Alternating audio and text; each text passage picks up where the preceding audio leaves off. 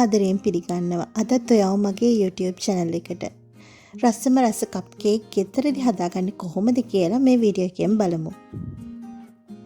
අපි බලමු කප් කේක් හදන්න අවශ්‍ය වෙන දේවල් මොනවද කියලා.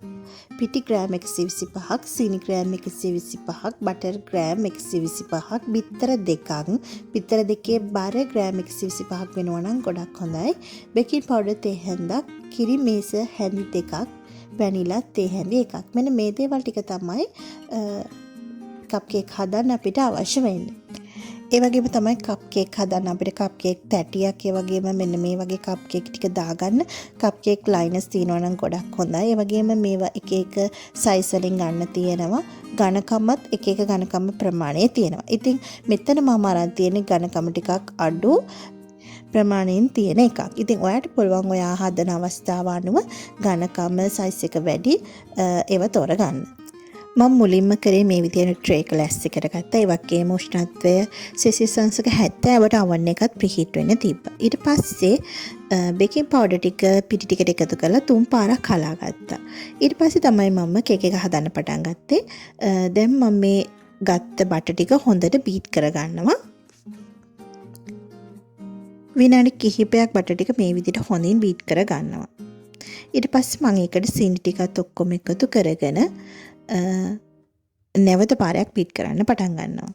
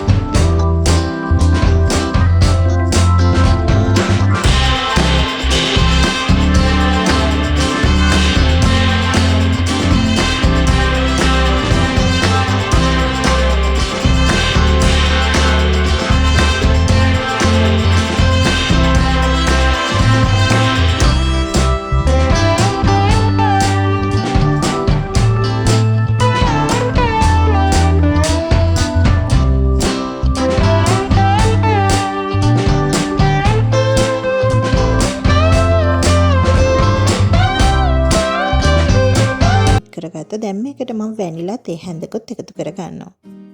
මේකත් එකතු කරගෙන හොඳින් තවත් බීට් කර ගන්නවා.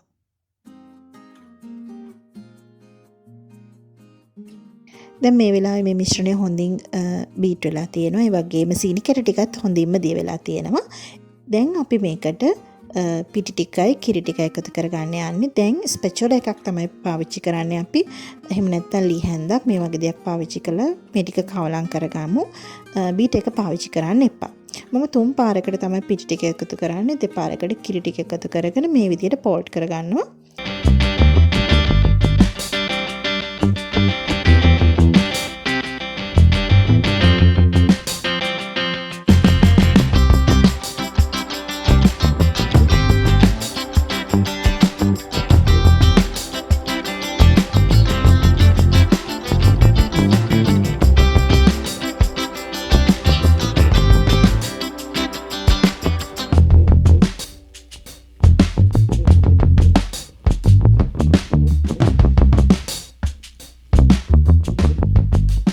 ටික හොඳට පෝල්ට් කරගන්නවා මේ විදිහට.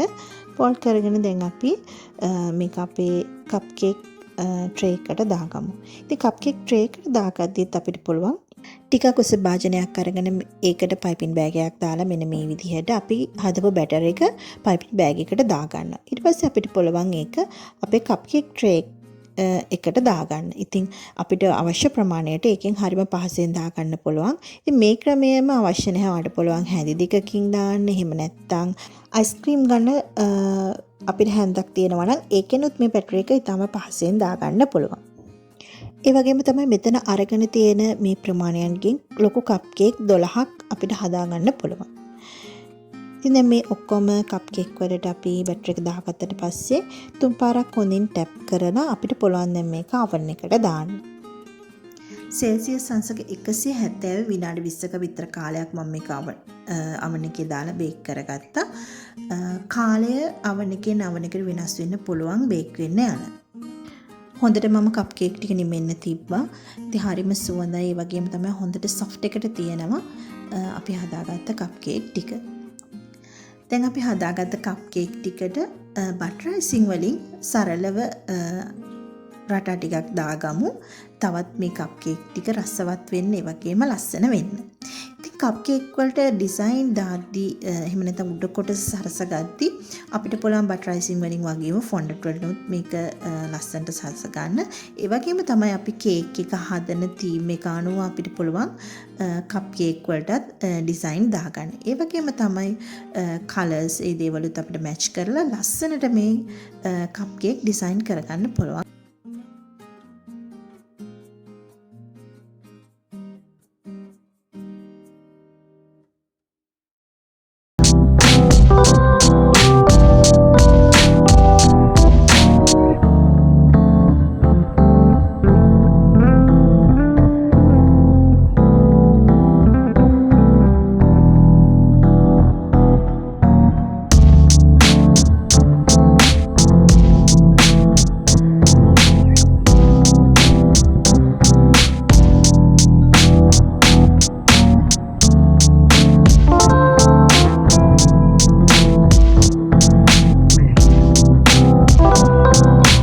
වැදගත් වෙන්නේ නැති කියලා මම විශ්වාස කරනවා. ඉතින් ඔයා මේ වීඩියෝ එකට කැමති නම් ලයික් කරන්න, කමෙන්ට් කරන්න, ෂෙයා කරන්න.